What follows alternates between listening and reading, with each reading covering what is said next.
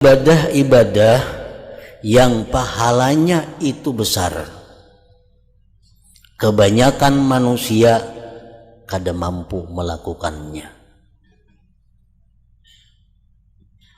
Ibadah-ibadah yang pahalanya itu besar, kebanyakan manusia kada mampu melakukannya. Kada mampu karena berbagai macam hal. Walaupun kelihatannya inting, kelihatannya kada berat, kelihatannya kada susah, kelihatannya kada perlu biaya. Padahal ibadah itu sangat besar pahalanya. Seperti tafakur. Naik haji itu ganal biayanya. Banyak aja yang mampu orang naik haji.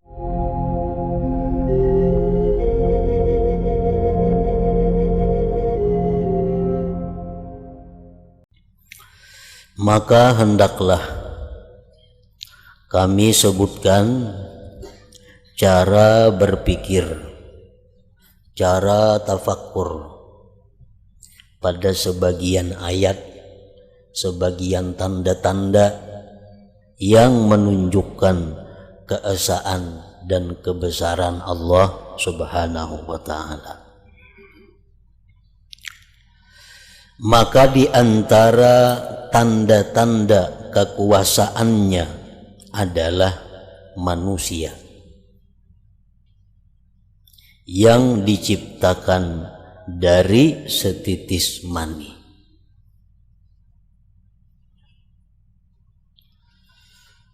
Manusia adalah makhluk yang sangat menakjubkan daripada sekian banyak ciptaan Allah yang menakjubkan itu. Kita melihat batu, di situ banyak menunjukkan tentang keajaiban ciptaan Allah. Kalau kita melihat lagi pohon, lebih menakjubkan daripada batu. Kalau kita melihat lagi hewan, binatang, lebih menakjubkan lagi daripada pohon. Kalau kita melihat lagi manusia, maka lebih menakjubkan lagi daripada yang lainnya.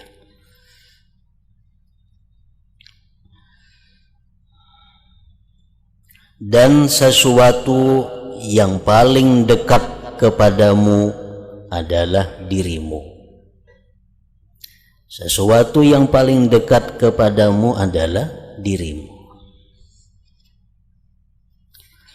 Dan dalam dirimu ada keajaiban yang menunjukkan kepada kebesaran Allah Ta'ala.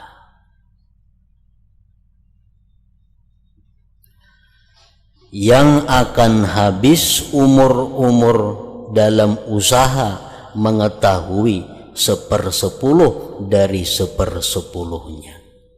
Kalau kita hendak memikirkan apa yang ada pada dalam diri kita ini satu persatu, kita pikirkan, maka umur kita kada cukup.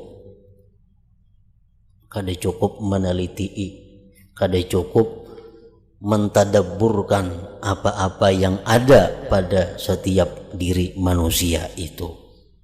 Walaupun 1/10 dari 1/10-nya.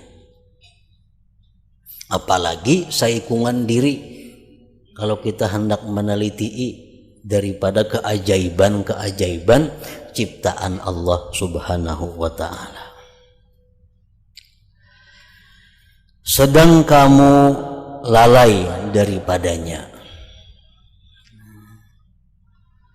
Sedang kamu lalai daripadanya. Artinya kita jarang sekali atau bahkan ada nang kada suah memikirkan tentang diri kita yang berujung kepada kebesaran Allah Subhanahu wa ta'ala.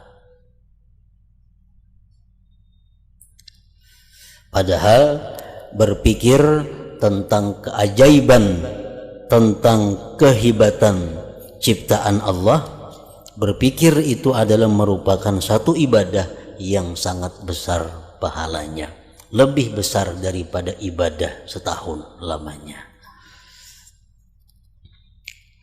Nah, setiap ibadah-ibadah yang pahalanya itu besar, kebanyakan manusia kada mampu melakukannya. Ibadah-ibadah yang pahalanya itu besar, kebanyakan manusia kada mampu melakukannya. Kada mampu karena berbagai macam hal. Walaupun kelihatannya inting, kelihatannya kada berat, kelihatannya kada susah, kelihatannya kada perlu biaya. Padahal ibadah itu sangat besar pahalanya. Seperti tafakur. Naik haji itu ganal biayanya. Banyak haji yang mampu orang naik haji. Bahkan berantri sampai berapa puluh tahun hingga sampai gilirannya. Tapi kalau urusan bicara tafakur dengan diri, memikirkan ciptaan Allah, mata umpamanya. Nah, kita memikirkan bahwa bagaimana mata ini sehingga berujung kepada Allah itu maha hebat, maha besar. Nah, tafakur sejenak itu pahalanya lebih besar daripada ibadah 1 tahun. Tapi manusia tadi kebanyakannya lalai daripada yang demikian. Nah, para ulama meneliti kenapa manusia itu, kenapa kita itu kebanyakannya lalai daripada tafakur. Lalai kada sempat tafakur. Atau kada terbuka hati untuk tafakur. Para ulama mengatakan ada 10 penyebabnya kita ini lalai. Kada sempat berpikir.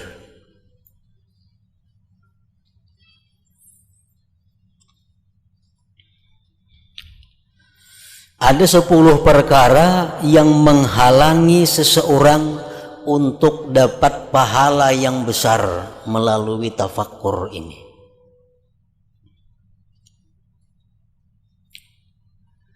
Yang pertama mereka menyebutkan adalah penghalang tafakkur itu pertama al-kibir, sifat sombong. Nah, artinya orang-orang yang sombong itu kada diberi Allah petunjuk untuk bertafakur, kada diberi Allah petunjuk untuk melakukan ibadah yang sangat besar pahalanya.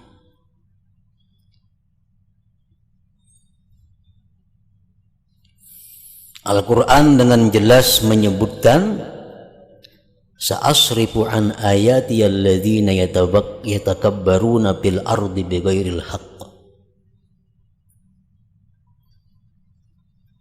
Ujar Tuhan, aku memalingkan daripada ayat-ayatku terhadap orang-orang yang sombong di muka bumi dengan tiada benar. Jadi Allah kadang akan memberikan tafakkur ini kepada orang-orang yang kelakuannya, sikapnya itu sombong.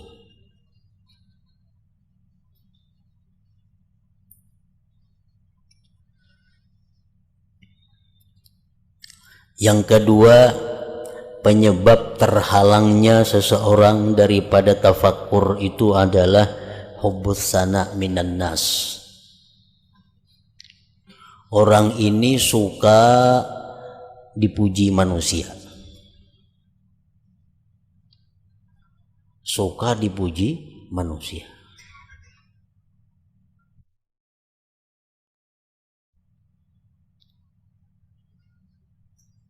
Jadi pikirannya itu kayak apa cara supaya orang memuji.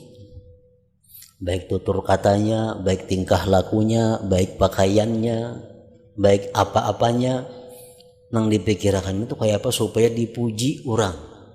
Nah, hubbus sana, jakanya suka dipuji Tuhan itu bagus.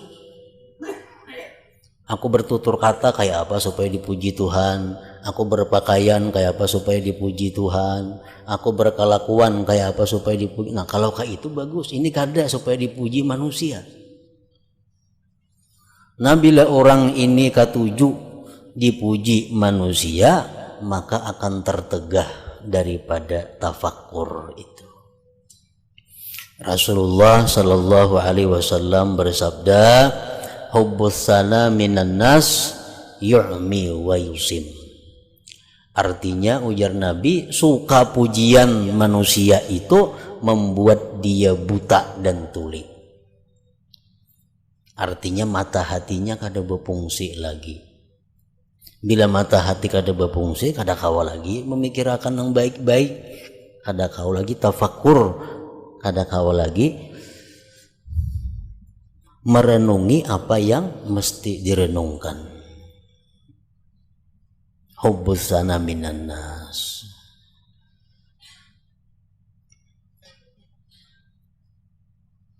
Yang ketiga, penyebabnya kita ini lalai daripada tafakkur itu kasratul akli, kebanyakan makan.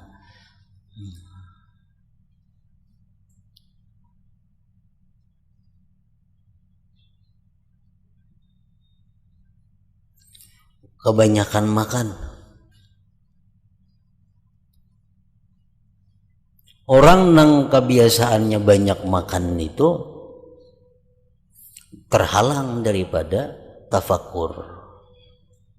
Karena kebanyakan makan itu adalah membuat mata hati seseorang menjadi kabur. Menjadi kabur.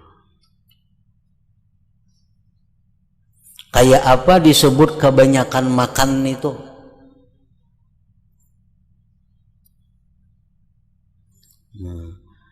Makan itu Rasulullah Shallallahu Alaihi Wasallam menjelaskan ada yang paling sedikit, ada batas yang paling akhir.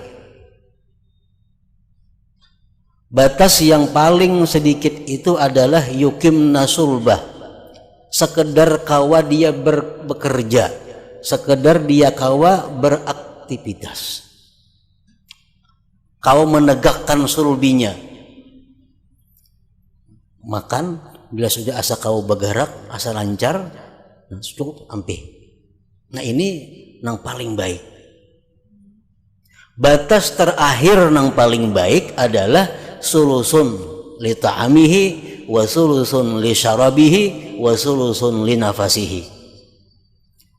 Sepertiga parut diisi makanan, sepertiga minuman, sepertiga napas. Lebih pada itu sudah dianggap banyak makan katanya.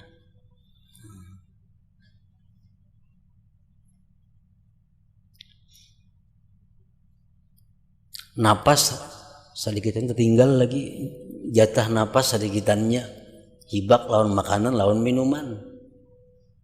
Nah jadi ujar Nabi, amun kada kawa kaya yang pertama tadi, ya sepertiga sagan makanan, sepertiga sagan minuman, sepertiga sagan pernapasan.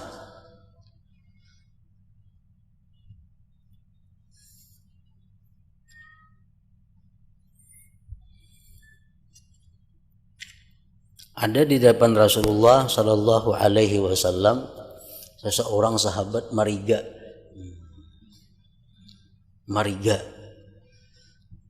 Nabi kita bersabda, yang maksudnya adalah tuh kebanyakan makannya Nabi.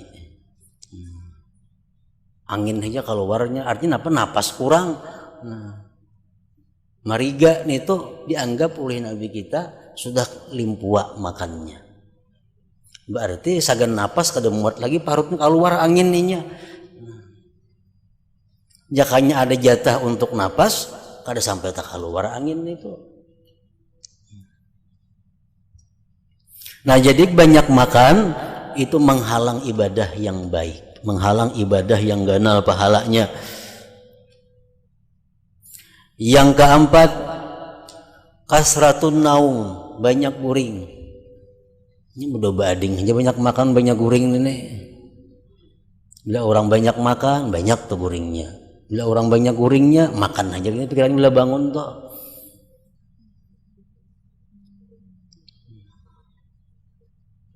Orang yang banyak guring tertegah daripada tafakur. Nah kayak apa nangaran banyak guring itu? Sehingga agama mengatakan banyak guring. Artinya tercela, kada baik.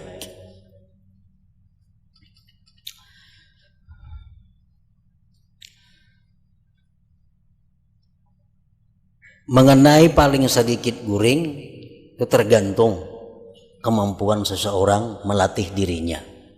Ada orang tahan 24 jam kada berguringan, tergantung latihannya.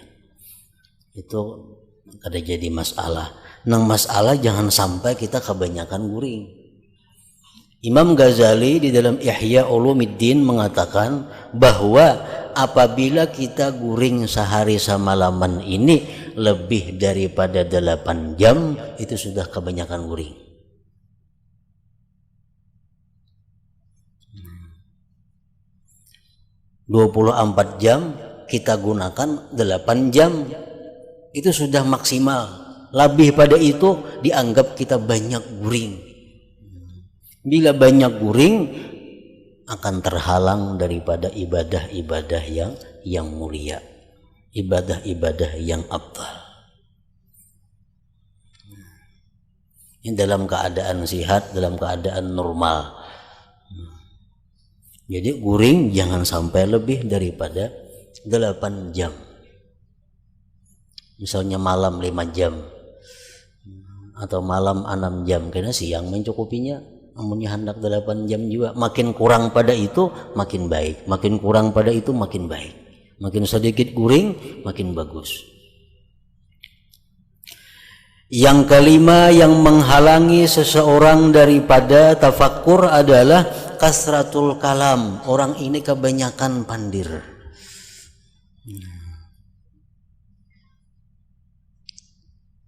Kebanyakan berbicara.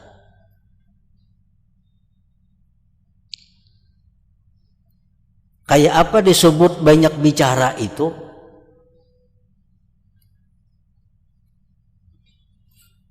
Nangarannya banyak bicara tuh nang kayak apa?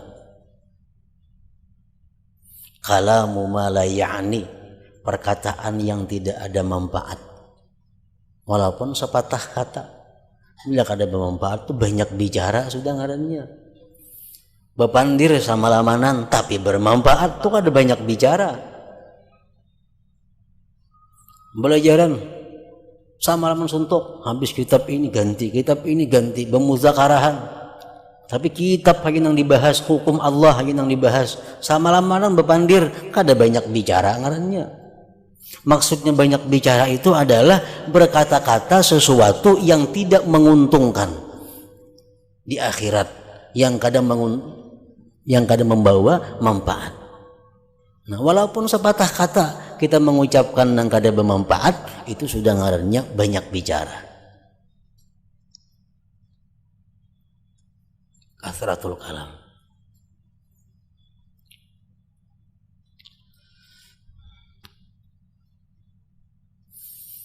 Nah, perkataan yang bermanfaat macam apa, yang kada bermanfaat macam apa, nah itu ada spesial keterangannya.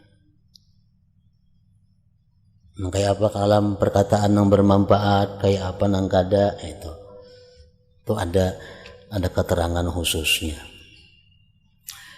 Nah, walhasil orang yang banyak berkata-kata itu menghalanginya daripada tafakur tadi.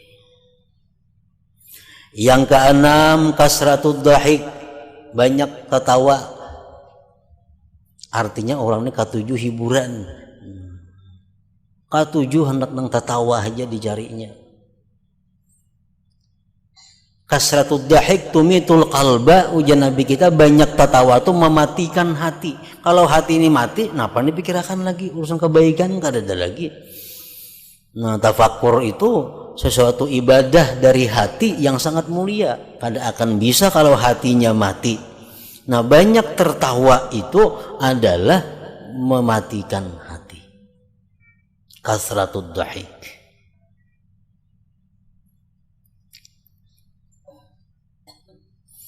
Nah, yang ketujuh, ikhwanul ghafilin, kawan-kawan yang lalai. Kakawanan ini samuan orang-orang nang lalai. Kakawanan orang-orang nang kada baik. Kakawanan kadada orang-orang nang mengingat Allah. Kawan-kawan kadada orang membicarakan hukum-hukum Allah. Kakawanan samuan nang lalainya. Nah, ini jelas sudah akan menghalangi kita daripada tafakkur tadi. Yang kedelapan, hubbul mizah, suka basanda gurau. Ketujuh, bagaya, di mana aja bagaya, di masjid bagaya, di tengah orang banyak bagaya. Kada kau lapas pada bagaya. Nah, ini orang kadang ada harapan kau bisa tafakur. Tafakur itu orang-orang yang serius. Orang panggaya kadang kau tafakur. Kasratul mizah atau hubbul mizah.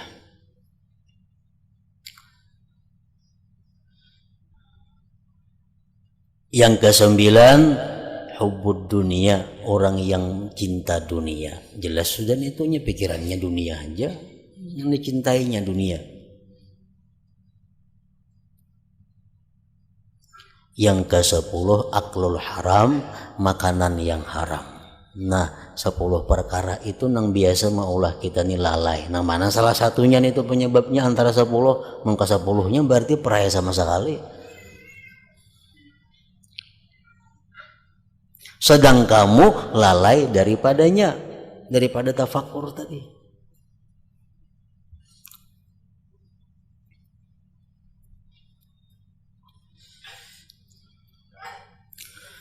Maka wahai orang yang lalai dari dirinya, maka wahai orang yang lalai dari dirinya dan yang bodoh dengannya, bagaimana kamu mengharap mengetahui selain kamu? Kayak apa kita hendak mengenali Allah, amun mengenali diri seorang aja kada sempat. Nah,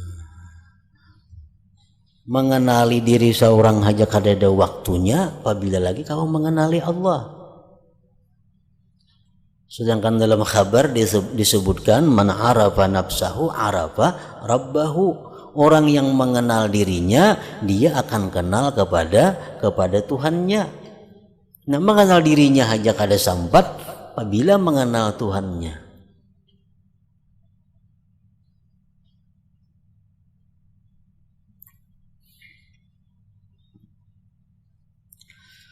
Dan sungguh Allah Ta'ala telah menyuruhmu agar memikirkan tentang dirimu dalam kitabnya yang mulia. Ada sedikit Allah menyuruh kita berpikir.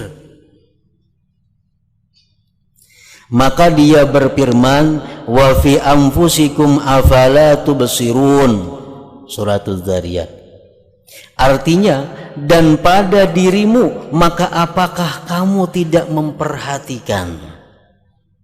Tanda-tanda keesaan Allah itu ada pada dirimu. Tanda-tanda kebesaran Allah ada pada dirimu. Tanda-tanda Allah Ta'ala itu maha berkehendak ada pada dirimu.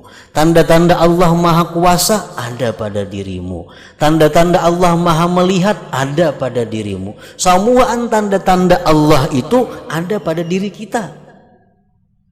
Wa fi anfusikum afala tubsirun, apakah kamu tidak memperhatikan ya Tuhan?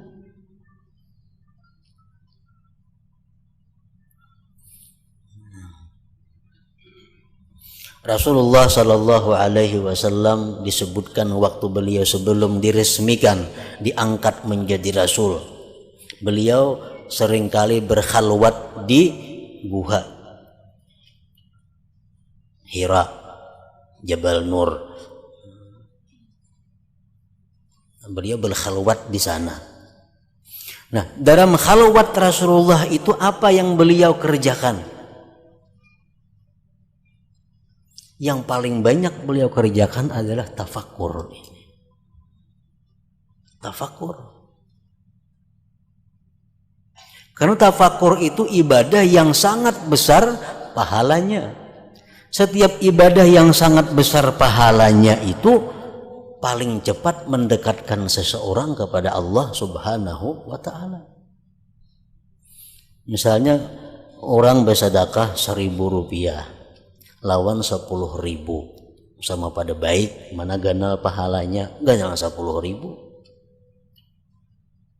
ganal 10.000. Nah, 10.000 ini ganal pahalanya lebih mendekatkan inya kepada Allah daripada 1.000 tadi. Setiap ibadah nang makin ganal pahala makin mendekatkan kepada Allah. Nah, Rasulullah Shallallahu Alaihi Wasallam menjelang beliau itu diangkat menjadi Rasul, ibadah yang paling banyak beliau kerjakan adalah tafakkur ini, memikirkan diri, memikirkan segala-galanya yang berujung kepada Allah Subhanahu wa ta'ala. Artinya, dan pada dirimu, maka apakah kamu tidak memperhatikan? Jadi kalau kita umpamanya belajar sifat 20, semua dalil Allah Subhanahu wa ta'ala itu ada pada diri kita. Allah ta'ala bersifat wajib, pertama wujud ada. Apa dalilnya? Dalilnya apa? Diriku. Ada saya jauh-jauh mendalil adanya alamnya, kaganalan alam itu namparak aja. Apa dalil adanya Allah? Tanganku dalilnya adanya Allah. Apa dalil Allah Ta'ala itu bersifat kidam? Mataku dalilnya. Nah, jadi semuaan sifat 20 itu kalau didalilkan yang paling parak dalil diri kita. Tapi kita kada sempat memikirkan kalau kada kawa. Nang di buku tu bangsa dalil berumuran umur 15 tahun, kenapa dalil Tuhan ada? Alam semesta. Ini umur 60 tahun dah, kenapa tetap alam semesta dalilnya, kada ada peningkatan. Kenapa kada mau memikirkan? Padahal dalam diri kita, udah Tuhan, tanda-tanda Allah itu semuaan ada. Apalah tubsirun.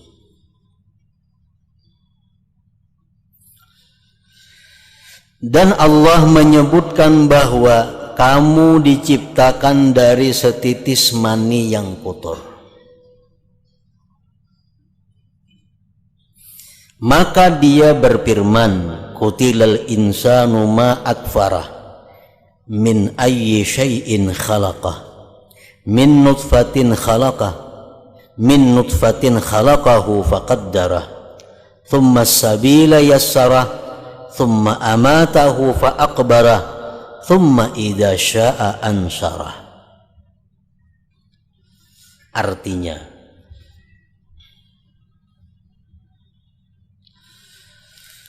binasalah manusia,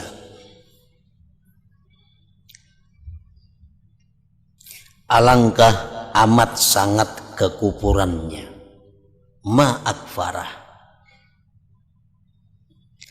dari apakah Allah menciptakannya? Min ayyi syai'in khalaqah, dari apa Allah menciptakan manusia itu? Allah menjawab sendiri, dari setitis mani. Dia menciptakannya manusia tadi. Dari mani 40 hari, darah 40 hari, segumpal daging 40 hari, lalu berbentuk. Lalu menentukannya. Di situ Allah menentukan. Sesudah 120 hari, 40 kali 3. Di situ finalnya manusia.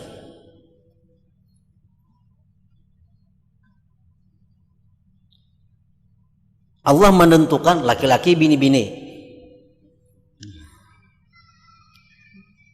lalu menentukannya, berapa tingginya, berapa umurnya, berapa rezekinya, beruntungkah ini orang atau celaka. Pakat darah itu, pakat darah, maka Allah menentukannya, menakdirkannya. Kemudian dia memudahkan jalannya supaya non takdir tadi pas. Kemudian dia Allah memudahkan jalannya. Sesudah si ini janin keluar dari perut ibunya, Allah mudahkan jalannya sesuai takdir yang ditentukannya.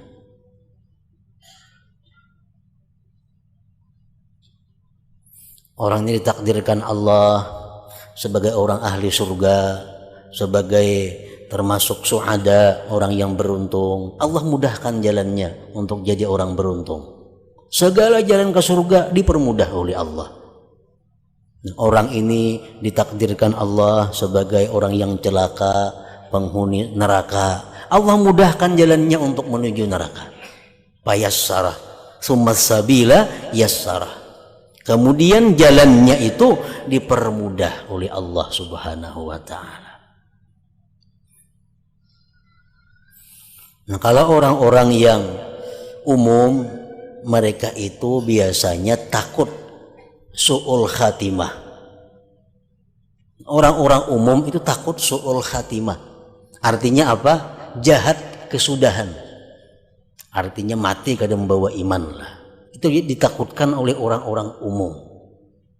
Kalau orang-orang yang sudah arif billah, mereka itu bukan su'ul khatimah yang mereka takuti, tapi su'us sabiqah. Nah, su'us sabiqah, jahatnya permulaan. Permulaan di mana? Di rahim ibu. Itu yang mereka takutkan. Karena kalau dalam rahim ibu ini kita termasuk orang yang celaka, kayak apapun kayaknya ujungnya pasti celaka. Nah, kalau orang-orang awam itu ditakutkan su'ul khatimah. Kalau orang-orang yang sudah arif billah, yang membuat mereka tuh kada tenang, membuat mereka itu gelisah dalam dunia ini, mereka kada tahu sabiqah yang terdahulu itu apa. Apakah aku ini orang sa'id atau orang syaqi, orang yang celaka. Kalau mereka itu khaufus sabiqah, maknanya takut kepada yang terdahulu, bukan takut kepada yang terdudi. Khatimah itu mengiring aja. Kalau dalam rahim itu kita beruntung, pasti husnul khatimah. Kalau dalam rahim itu kita celaka, kayak apa aja ujung-ujungnya pasti su'ul khatimah. Nah, itu Allah menciptakan demikian. Kemudian dia mematikannya dan memasukkannya ke dalam kubur. Kemudian jika dia menghendaki, dia membangkitkannya kembali. Dan Allah Ta'ala berfirman, wa min ayatihi an khalaqakum min turabin thumma idza antum basyarun tantashirun.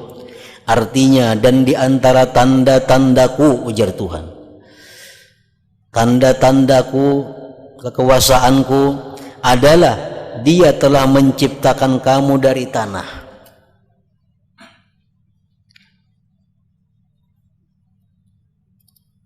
Air mani itu ada akibat daripada sumber makanan-makanan, sumber macam-macam gizi dan gizi yang berasal dari tanah.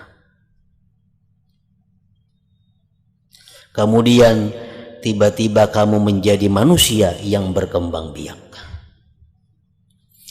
Allah Ta'ala berfirman, alam yakun nutfah mim maniyyin yumna thumma kana 'alaqah fa khalaqa fa sawwa. Artinya, bukankah ia manusia dahulunya setitis mani yang ditumpahkan, kemudian mani itu menjadi segumpal darah, lalu Allah menciptakannya dan menyempurnakannya. Allah Ta'ala berfirman, alam nakhluqkum mimma immahin faja'alnahu fi qararim makin ila qadarim ma'lum. Artinya, bukankah kami menciptakan kamu dari air yang hina, kemudian kami meletakkannya dalam tempat yang kokoh rahim sampai waktu yang ditentukan. Dan Allah Ta'ala berfirman, awalam yaral insanu anna khalaqnahum min nutfatin fa idza huwa khasimun mubin. Artinya, dan apakah manusia tidak memperhatikan bahwa kami menciptakannya dari setitis air mani, maka tiba-tiba ia menjadi penentang yang nyata. Artinya menjadi orang yang pandai berdebat, padahal diciptakan dari setitis air mani. Nah, ini makin menunjukkan kehebatan daripada Allah Subhanahu wa Ta'ala. Orang yang dulunya diciptakan daripada air mani, begitu dia berkembang sampai dia mempunyai akal yang hebat, mampu untuk berdebat. Dan Allah Ta'ala berfirman, inna khalaqnal insana min nutfatin amsyaj. Artinya sesungguhnya kami menciptakan manusia dari setitis air mani yang bercampur. Amun air mani laki-laki aja kada mau jadi manusia, atau air mani bini-bini aja ada kada mau juga jadi manusia. Nah, percampuran antara air mani laki-laki dan perempuan, amsaj, terjadilah manusia itu. Artinya sesungguhnya kami menciptakan manusia dari setitis air mani yang bercampur. Dalam hadis marfu disebutkan, fama kana min azmin wa asbin wa quwwah fahuwa min ma'ir rajul wa ma kana min lahmin wa damin wa sya'ar fahuwa min ma'il mar'ah. Ujar Nabi kita, manusia itu yang mana tulangnya, urat-uratnya, kekuatannya itu diambil daripada air mani laki-laki. Sedangkan dagingnya, darahnya, rambutnya itu dari air mani perempuan. Nah, jadi percampuran antara dua itu terjadilah manusia. Inna khalaqna insana min nutfatin amsaj. Kemudian Allah menyebutkan bagaimana dia menjadikan setitis mani menjadi segumpal darah, segumpal darah menjadi segumpal daging, dan segumpal daging menjadi tulang. Maka Allah Ta'ala berfirman, walaqad khalaqnal insana min sulalatin min tin thumma ja'alnahu nutfatan fi qararin makin thumma khalaqnan nutfata 'alaqah fa khalaqnal 'alaqata mudghah fa khalaqnal mudghata izama. Sesungguhnya kami telah menciptakan manusia dari suatu saripati berasal dari tanah. Kemudian kami jadikan seperti itu air mani yang disimpan dalam tempat yang kokoh rahim. Kemudian air mani itu kami jadikan segumpal darah. Lalu segumpal darah itu kami jadikan segumpal daging. Dan segumpal daging kami jadikan tulang-tulang. Maka mengulang-ulangi sebutan nutfah air mani dalam kitab Al-Quran yang mulia. Berapa kali Tuhan menyebutkan air mani itu untuk penciptaan manusia dalam kitab Al-Quran yang mulia. Tidakkah untuk didengar kata-katanya dan ditinggalkan tafakkur tentang maknanya? Maka perhatikanlah sekarang kepada nutfah. Ia adalah setitis air yang kotor. Jikalau ia ditinggalkan sesaat untuk dipikul oleh udara, niscaya ia rusak dan busuk. Air mani itu kadang-kala karena udara. Dan bagaimana nutfah dikeluarkan Tuhan semua Tuhan, yaitu Allah Subhanahu wa Ta'ala, dari tulang sulbi dan tulang dada. perempuan. Dan bagaimana dia mengumpulkan di antara laki-laki dan perempuan, dan ia melontarkan kasih sayang dan kecintaan dalam hati mereka. Dan bagaimana dia Allah menuntun mereka dengan rantai kecintaan dan syahwat kepada berkumpul. Dan bagaimana dia mengeluarkan air mani dari laki-laki dengan gerakan bersetubuh, dan bagaimana dia menarik darah haid dari dalamnya urat-urat dan mengumpulkannya pada rahim. Itu menunjukkan keajaiban daripada kudrat Allah Subhanahu wa ta'ala, yang sampai sekarang siapapun orang kada akan bisa mampu menciptakan seperti itu. Sepersepuhnya aja kada bisa, apalagi kawa sama.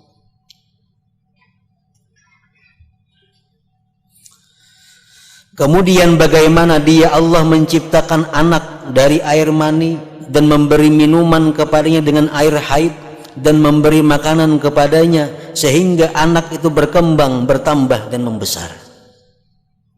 Dan bagaimana dia menjadikan air mani yang berwarna putih cemerlang menjadi segumpal darah yang merah. Kemudian bagaimana dia menjadikannya segumpal daging, kemudian bagaimana dia membagi bagian-bagian air mani yang menyerupai laki sama kepada tulang belulang, urat saraf, urat-urat tali pusar dan daging. Kemudian bagaimana dia Allah menyusun dari daging, urat saraf dan urat-urat menjadi anggota-anggota badan yang zahir. Maka dia membulatkan kepala, melubangi pendengaran, penglihatan, hidung, mulut, dan jalan-jalan masuk lubang-lubang lainnya. Nah, kemudian dia memanjangkan tangan dan kaki dan membagi ujung-ujungnya dengan jari-jarinya dan membagi jari-jari dengan ujung-ujung jari-jari. Kemudian bagaimana dia Allah menyusun anggota-anggota badan yang batin dari hati, perut besar, jantung, paru-paru, empedu, rahim, tempat kencing dan usus-usus, masing-masing itu atas bentuk tertentu, ukuran yang tertentu untuk pekerjaan tertentu. Kemudian bagaimana dia membagi setiap anggota badan dari anggota-anggota badan itu dengan bagian-bagian yang lain. Maka dia menyusun mata dari 7 tingkat. Bagi setiap tingkat terdapat sifat tertentu dan bentuk tertentu, dan jikalau tidak ada satu tingkat daripadanya atau hilang satu sifat dari sifat-sifatnya, niscaya mata tidak dapat melihat. Maka jikalau kita berusaha mensifati apa yang ada pada masing-masing anggota tubuh ini dari keajaiban-keajaiban dan tanda-tanda kebesaran, niscaya habislah umur padanya. Nah, jadi tafakkur, memikirkan bagaimana Allah menciptakan ini sampai sedemikian rupa yang ujungnya kita mengagumi ciptaan Allah. Bagaimana Allah mengatur sedemikian rupa yang ujungnya kita mengagumi perbuatan Allah. Nah, itu yang dimaksud dengan tafakkur tadi. Nah, maka perhatikanlah sekarang kepada tulang-tulang, dan itu adalah tubuh yang keras lagi kuat. Maka perhatikanlah sekarang kepada tulang-tulang. Perhatikanlah sekarang kepada tulang belulang, dan itu adalah tubuh atau benda yang keras lagi kuat. Tulang yang ada di dalam tubuh kita, yang ada di dalam awak kita, itu adalah benda yang keras dan kuat. Bagaimana dia Allah menciptakannya dari air mani yang lemah lagi halus. Bagaimana prosesnya benda yang keras tadi padahal berasal dari air mani yang lemah.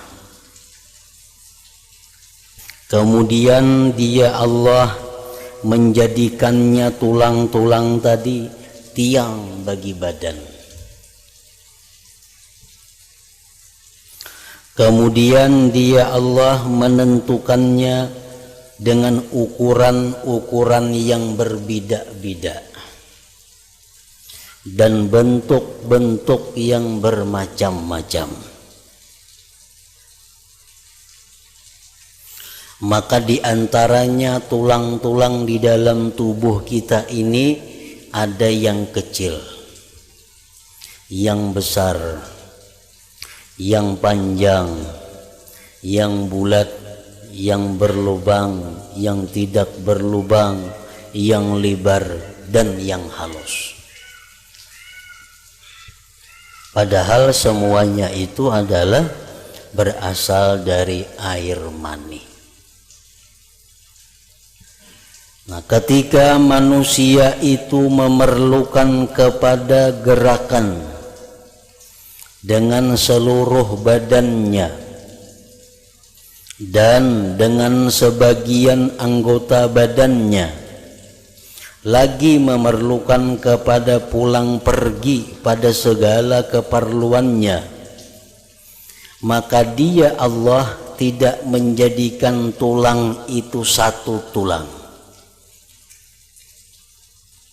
tetapi tulang-tulang yang banyak, yang diantara tulang-tulang itu ada persendian-persendian sehingga mudah bergerak dengannya. Jadi Allah Subhanahu wa ta'ala kadang menjadikan tulang itu satu tulang, memanjang umpamanya, tetapi Allah jadikan di antara tulang-tulang itu persendian atau mifsal dalam bahasa agamanya. Dengan apa sebab Allah menjadikan di antara tulang-tulang itu persendian? Untuk memudahkan manusia bergerak, untuk memudahkan manusia mencapai sesuatu yang dikehendakinya. Rasulullah Shallallahu Alaihi Wasallam menyatakan dalam sebuah hadis, khuliqal insanu ala sittina wa thalathimi'ati mifsal.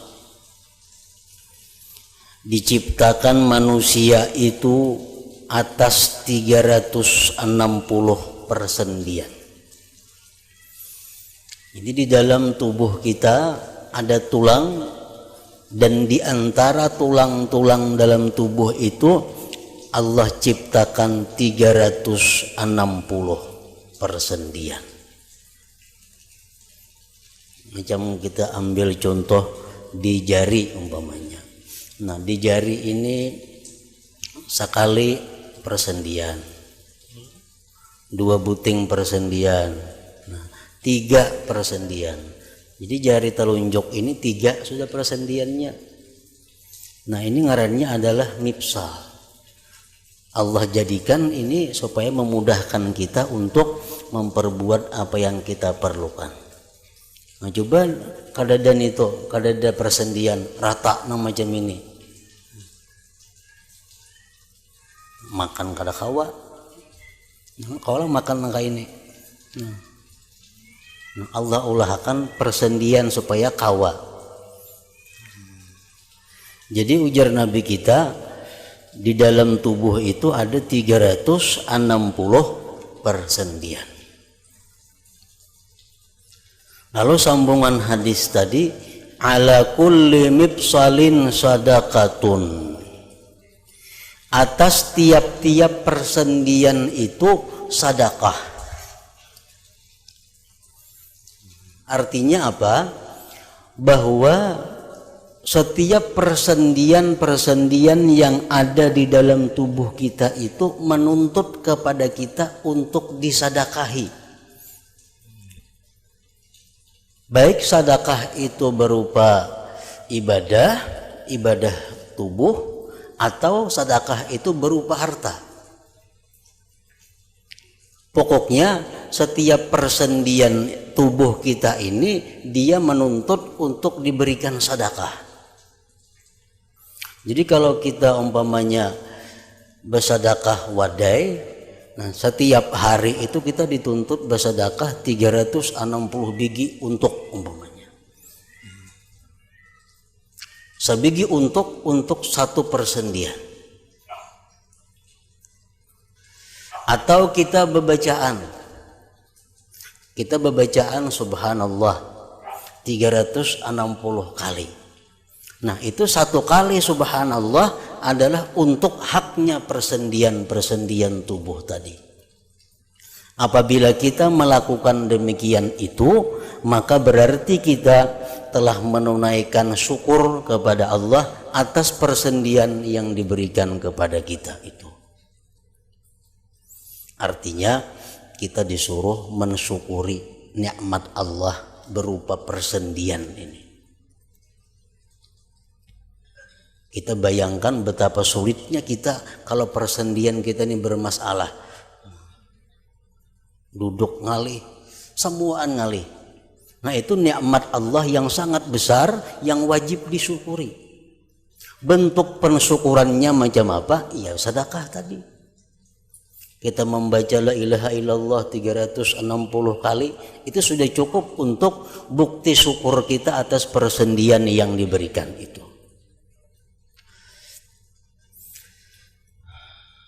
Ala kulli mifsalin sadaqah, atas tiap-tiap persendian itu sedekah.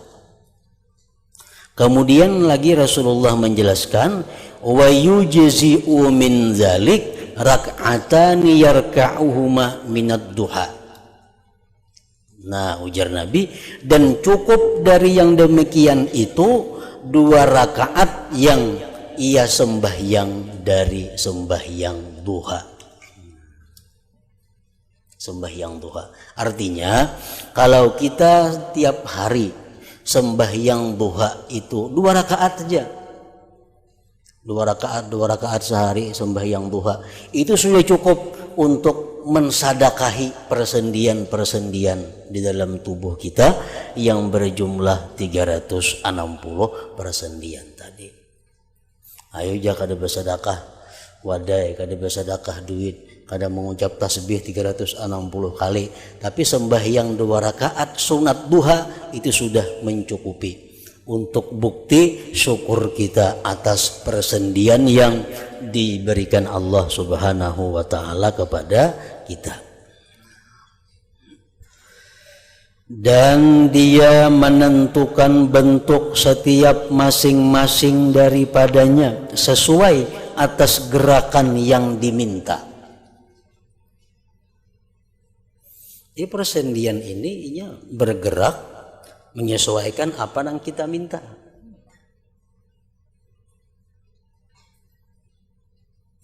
Kemudian dia Allah menyambung persendian-persendiannya dan mengikatkan sebagiannya dengan sebagian yang lain dengan tali-tali yang ditumbuhkan dari salah 1-2 tepi tulang.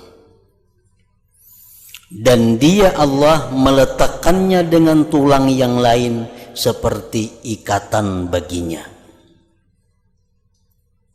Kemudian dia Allah menciptakan pada salah satu dari 2 tepi tulang akan tambahan-tambahan yang keluar darinya, dan pada tepi yang lain akan lubang yang dalam padanya yang sesuai dengan bentuk tambahan-tambahan itu, agar ia masuk padanya dan bersesuaian atasnya.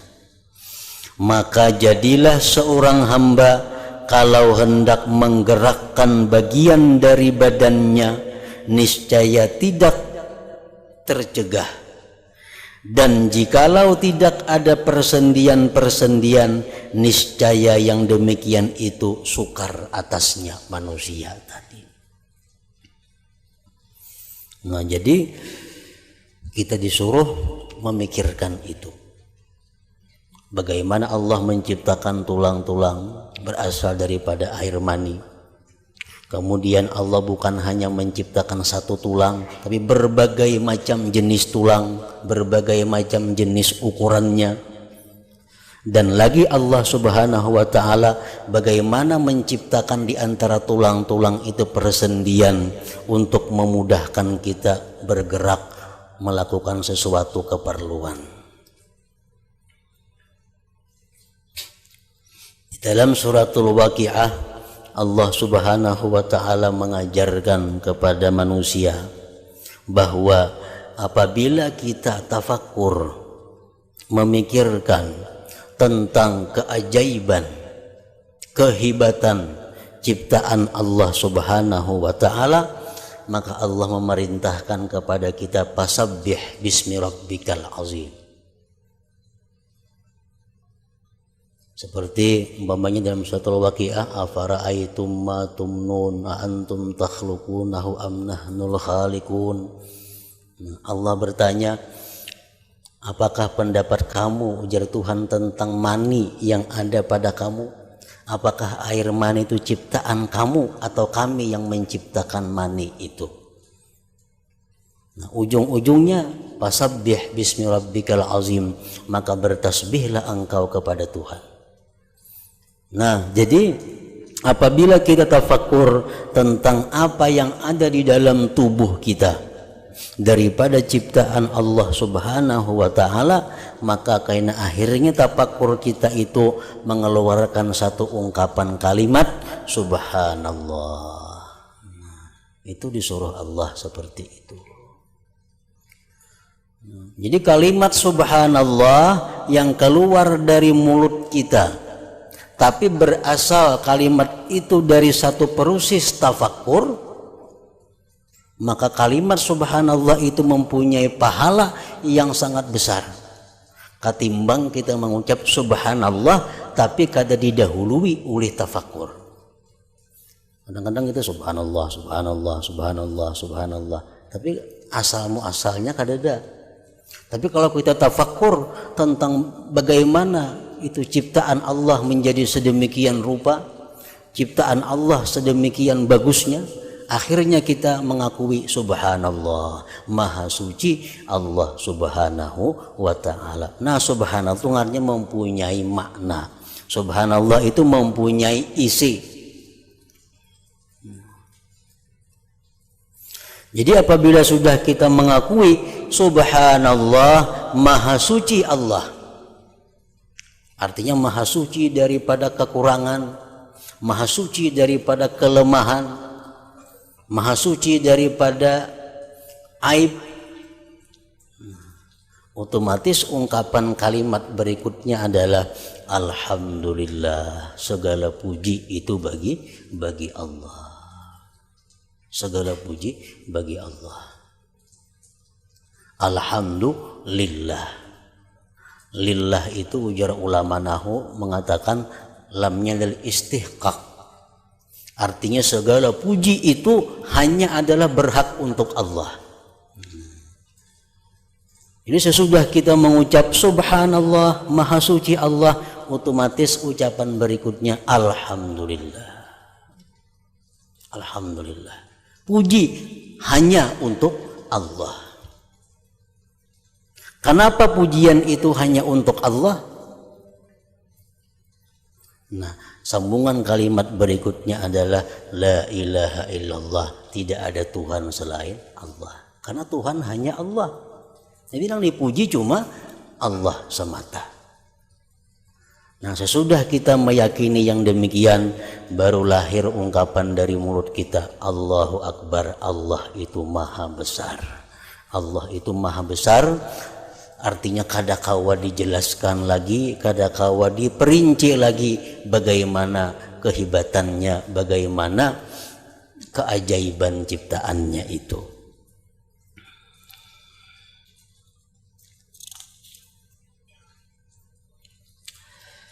Kemudian perhatikan bagaimana Dia Allah menciptakan tulang belulang kepala.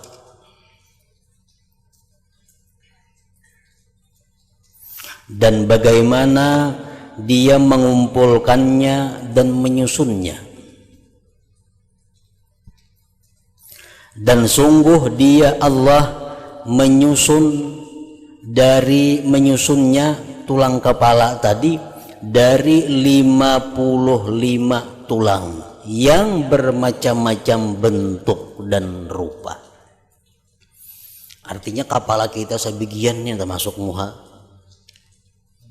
Tulang-tulang yang ada di kepala kita ini bukan sama, tapi 55 macam tulang. 55 macam tulang. Ada yang karas, ada yang macam ini, ada yang macam itu. Kada sama tulangnya. Antara tulang dahi lawan tulang belakang kepala lain tulangnya.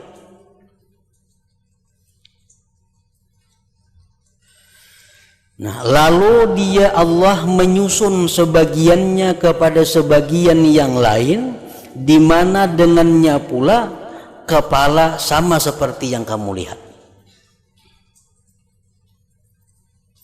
Maka di antaranya ada 6 yang tertentu bagi tempurung kepala,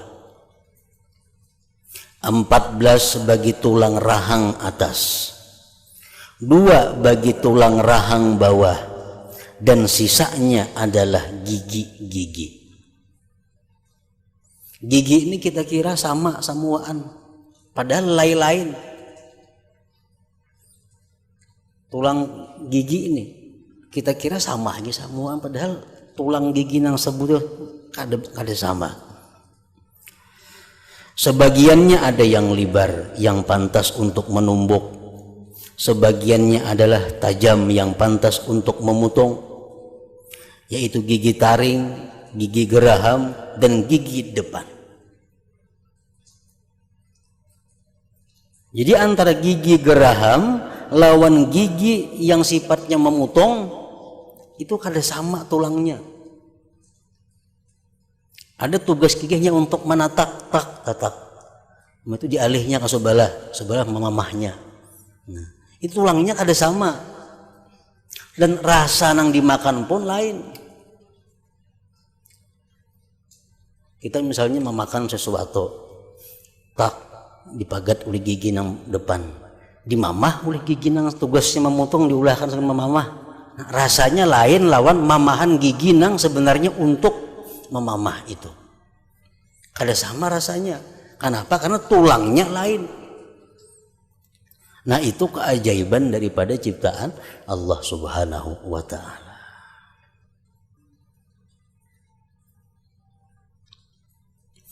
Jadi Imam Al-Ghazali rahimahullah, beliau mengatakan bahwa tafakkur, berpikir itu hendaknya dijadikan semacam wirid. Tafakkur itu hendaknya dijadikan wirid. Artinya setiap hari mesti ada kita sediakan waktu untuk tafakkur itu. Di dalam kitab beliau Tartibul Aurat, beliau menjelaskan tafakkur itu diperlukan, disediakan waktunya. Alangkah baiknya sesudah selesai sembahyang 5 waktu. Nah, kalau kada mampu, sembahyang subuh dan asar. Jadi di situ beliau menyebutkan bahwa mulai waktu subuh sampai terbit matahari, mulai azan subuh sampai terbit matahari, itu hendaknya dibagi 4 macam wirid. Yang pertama di situ kita adakan doa kepada Allah.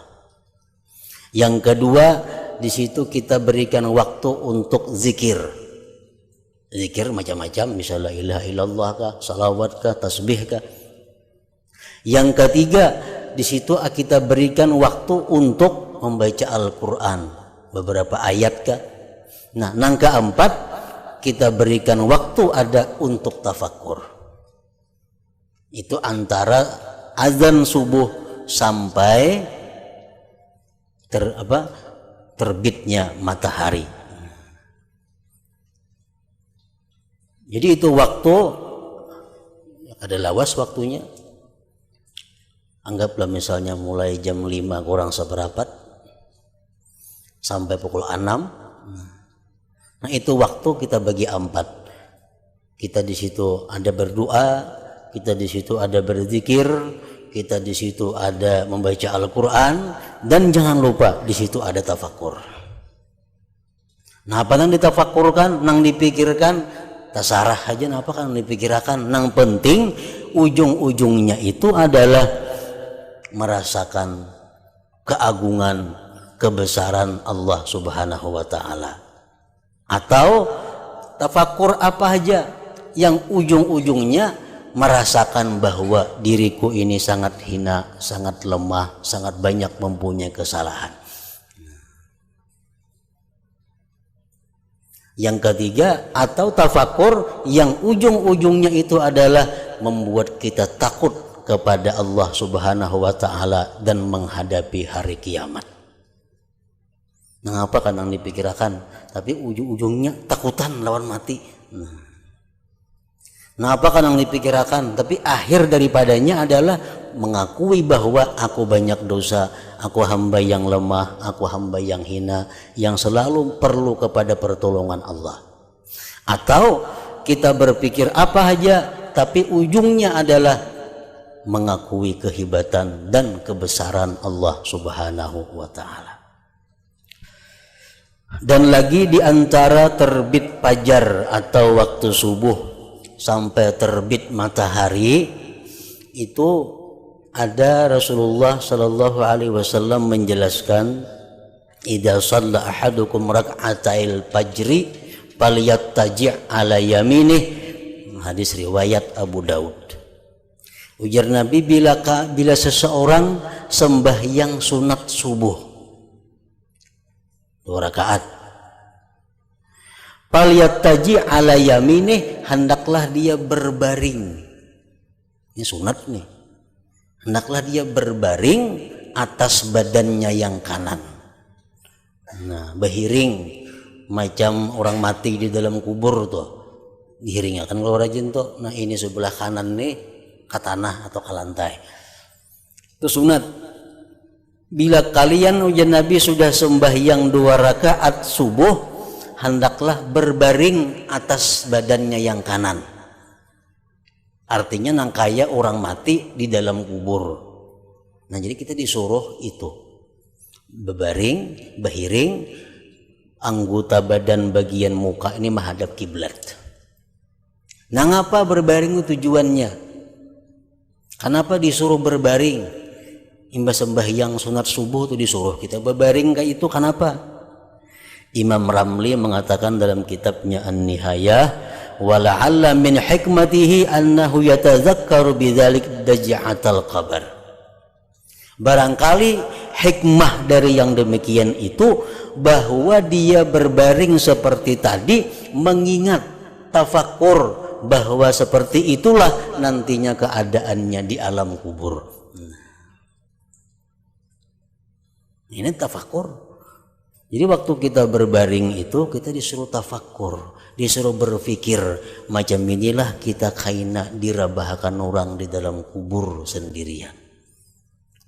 Nah, jadi itu sunat berabah macam tadi, dan disunatkan pula kita berpikir waktu berabah tadi mengingat bahwa kita dalam kubur seperti itu. Nah, itu waktu tafakur. Jadi wirid bukan hanya Quran sajus sehari, wirid bukan hanya salawat 1000 sehari, wirid bukan hanya zikir 1000 sehari, tapi yang lebih penting lagi adalah wirid itu tafakur, karena itu yang paling besar pahalanya. Kemudian dia Allah menjadikan leher itu pangkal bagi kepala dan menyusunnya dari 7 buku-buku tulang yang berlubang dan bulat.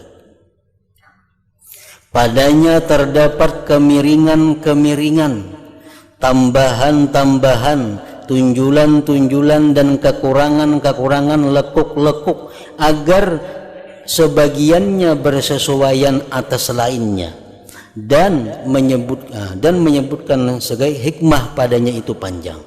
Jadi Allah Subhanahu wa taala menjadikan leher itu pangkal bagi kepala, gulu, dan menyusunnya di gulu itu dengan 7 tulang, 7 buku-buku tulang yang berlubang dan bulat. Tujuannya apa? Supaya kepala kita ini kada kaku. Jakanya kada lubang 6 bulat-bulat itu di tulang leher ini, kepala kita rata macam kayu. Bila bapaling dah kan lawan awak, maka bapaling kayak itu. Orang mengiau lawan awak kasih itu. Tapi diciptakan Allah tulang leher ini berlubang-lubang, sehingga memudahkan kita berpaling tanpa memalingkan awak. Itu salah satu di antara rahasia ciptaan Allah. Dan menyebutkan segi hikmah padanya itu panjang. Apa rahasianya macam itu panjang? Macam jeriji umpamanya, Allah menciptakan jeriji manusia macam ini. Ini pasti ada rahasianya. Kenapa kada rata semuaan? Rata apa nang kayak ini nah? Kenapa nang kayak ini tak handap? Ini tak panjang dikit, panjang lagi, handap lagi, handap lagi. Ini semua ini ada rahasia, ada hikmah yang diketahui oleh Allah Subhanahu wa taala. Kemudian dia menyusun leher di atas punggung, dan dia menyusun punggung dari bawah leher sampai akhir tulang pantat dari 24 buku-buku tulang. Jadi antara pinggang kita ini sampai ke leher itu pun tulangnya terdiri daripada 24 buku-buku tulang. Dan dia menyusun tulang pantat dari 3 bagian yang berbeda-beda, lalu bersambung dengannya dari bawahnya itu tulang ikur. Tulang ikur juga tersusun dari 3 bagian. Kemudian dia menyambung tulang-tulang punggung dengan tulang-tulang dada, tulang-tulang bahu, tulang-tulang 2 tangan, tulang-tulang ari-ari, tulang-tulang pantat, tulang-tulang 2 paha, 2 mata kaki, dan jari-jari kedua kaki.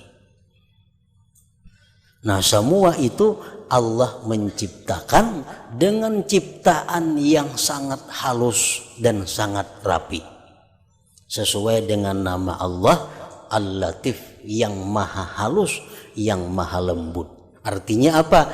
Ciptaan Allah itu lembut, halus. Artinya kada kasar. Orang tuh ada gawian yang pina kasar, ada gawian yang halus. Ciptaan Allah sangat halus. Macam gigi tadi, kalau dilihat sekilas sama tulang-tulangnya, tapi kalau diteliti maka gigi itu berlain-lain tulangnya. Kelihatannya sama daripada halusnya ciptaan Allah Subhanahu wa taala itu. Maka kita tidak akan memanjangkan menyebut bilangan yang demikian itu. Dan semua bilangan tulang belulang pada badan manusia adalah 248 tulang. Selain tulang-tulang yang kecil diliputi dengan celah-celah persendian. Maka perhatikanlah bagaimana dia menciptakan semua yang demikian itu dari air mani yang lemah lagi halus. Kita biasa kalau melihat ciptaan, melihat sesuatu ulahan manusia yang begitu baik, begitu indah, maka kita kagum. Dan kita bertakun, itu ulahan mana? Melihat rubut umpamanya, rubut bisa berjalan, rubut bisa menyorong banyu. Kita kagum melihat rubut itu, dan kita bertakun ulahan siapa itu? Padahal rubut itu dibanding manusia kada napa-napanya. Disipakin rabah rubut itu. Tapi kita kagum dengan rubut itu, luar biasa kagumnya. Padahal diri kita sendiri sangat hebat daripada rubut itu. Tapi kita kadang memikirkan siapa yang menciptakan diri kita ini. Kenapa sebabnya kita ini kehilangan wirid yang namanya tafakkur itu? Sedikit orang, sedikit manusia yang menjadikan tafakkur sebagai wirid hariannya. Kenapa sebabnya? Ya mungkin karena keterangan minggu dahulu, yaitu ada 10 sebab yang menyebabkan orang itu terhindar atau lalai daripada tafakkur itu. Setiap sesuatu yang besar ganjarannya dari Allah, setiap sesuatu yang sangat berharga dari Allah Subhanahu wa taala, maka Allah hanya memberikan kepada orang-orang tertentu yang dicintainya. Orang-orang biasa kada akan bisa, kada akan diberi Allah. Seperti contohnya tafakkur ini. Tafakkuru sa'atin khairun min ibadati sana. Berpikir sesaat lebih baik daripada ibadah 1 tahun. Luar biasa. Oleh karena itu Allah kadang memberikan yang luar biasa ini kepada sembarang manusia. Hanya orang-orang yang tertentu yang dapat berpikir yang tafakkur itu.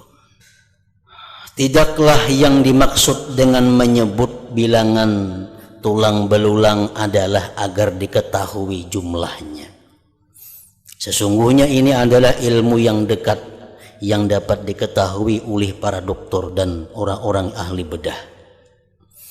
Hanya saja maksudnya adalah agar memikirkan daripadanya pada orang yang mengaturnya dan menciptakannya. Bahwasanya bagaimana dia mentakdirkannya dan mengaturnya dan membidak-bidakkan di antara bentuk-bentuknya dan ukuran-ukurannya, dan dia menentukannya dengan ini bilangan yang tertentu. Tulang tangan sekian biji, tulang kepala sekian macam, tulang batis sekian macam, tulang jeriji sekian buting. Itu Allah menentukan yang demikian itu. Karena jikalau dia menambahkan satu kepadanya, niscaya yang demikian itu menjadi malapetaka atas manusia. Sabuting tulang kita labihan jadi masalah. Yang ia memerlukan kepada mencabutnya. Orang ada ditumbuhi tulang di batis, tulang labihan. Pas tumbuhnya di telapak batis, kada kau berjalan dijagaan sakit. Akhirnya apa? Pas sampai operasi menggayat tulang yang timbul di batis tadi. Nah, hanya sedikit lebihan tulangnya sudah menjadi malapetaka bagi manusia. Dan jikalau ia mengurangi satu daripadanya, niscaya demikian itu adalah kekurangan yang memerlukan kepada penambalannya. Gigi kurang sebiji aja ada masalah daripada yang sempurna giginya. Maka seorang dokter ia memikirkan tentang itu untuk mengetahui jalan pengobatan pada menambalnya. Nah, jadi untuk meneliti sekujur tubuh kita ini, nah, itu kada mampu saya kong dokter. Berpuluh-puluh dokter itu pun kada lengkap. Makanya ada dokter spesialis mata. Pada mata jangan diurusnya. Berpuluh-puluh tahun sekolah urusan mata. Itu pun inya kada mampu mengetahui seluruh permasalahan mata. Ada dokter ti hati, telinga, tenggorokan, hidung itu. Nah, nang dikajinya bertahun-tahun hanya urusan telinga, tenggorokan, hidung. Ada dokter jantung, ada dokter kulit. Dokter kulit ada. Orang getalan apa ngarannya ini sekolah itu. Itu punnya kada kawa seluruhnya mengetahui apa-apa penyakit kulit. Nah, jadi Allah Subhanahu wa taala menciptakan manusia ini dan manusia kada akan mampu untuk mendalami apa-apa ciptaan Allah di dalam tubuh ini. Walaupun berbagai macam ahli, berbagai macam spesialis terkumpulan mengetahui rahasia ciptaan Allah yang ada dalam tubuh manusia. Nah, orang-orang yang sifatnya kedokteran ini belajar mengetahui itu untuk pengobatan. Dan sedangkan orang-orang yang mempunyai mata hati memikirkan padanya untuk menjadikan dalil mereka dengannya atas kebesaran orang yang menciptakannya dan merupakannya. Maka jauh antara dua pikiran itu. Dokter memikirkan tulang ini macam apa, habis rambut mikirkan itunya. Tapi ujungnya apa inya? Untuk cara pengobatan. Aliran saya memikirkan itu adalah untuk apa? Untuk mendapatkan kesimpulan betapa hebatnya orang yang menciptakan ini. Nah, lain antara dua pemikiran itu.